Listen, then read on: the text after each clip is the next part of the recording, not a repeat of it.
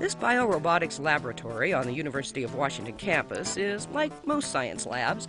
It's cluttered and a little messy.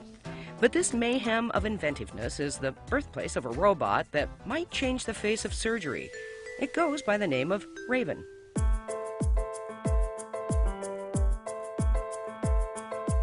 We started developing this technology in about 2001, 2002, and we got a grant from the Army to develop a prototype for a surgical robot you could deploy in the field and take care of combat casualties.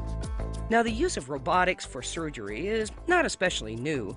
Commercial surgical robots are in common use, but the UW team realized Raven had advantages to researchers over commercially available models. The commercial device is an excellent robot, but it's got two problems from a researcher's point of view. One is that it's a closed software system, so you can't write code for it. And the second one is it costs $1.8 million, and so even if you could write the code, you have to raise that money.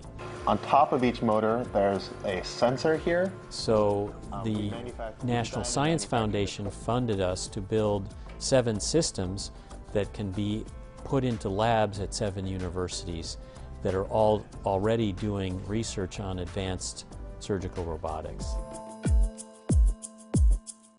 The second generation Raven, Raven 2, is now in the hands of 7 research universities.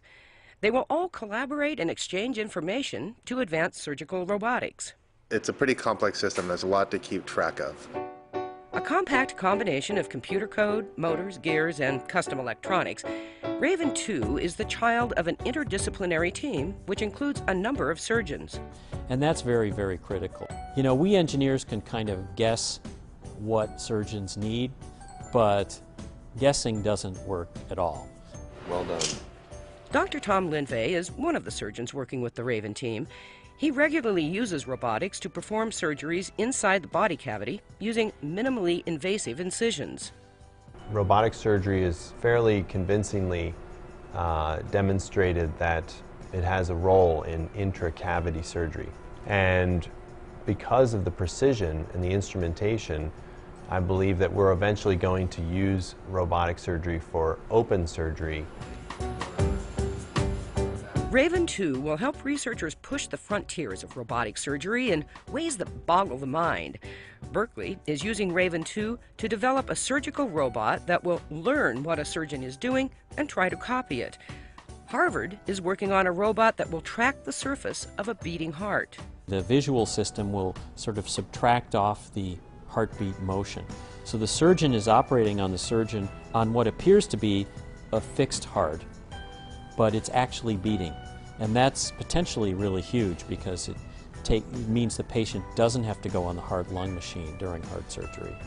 Whether it's improvements in telesurgery, where a surgeon in one city can operate on a patient in another city, or a robot that closes an incision with precisely knotted sutures, the researchers using Raven 2 hope to fast-track advances through collaboration and a healthy dose of competition. We're all sharing, we're all collaborating, and also competing. And so who's going to be the first with that new feature? I think competition is going to give us a little kick and make everything go faster, in addition to the collaboration. So there are many, many wheels that won't have to be reinvented.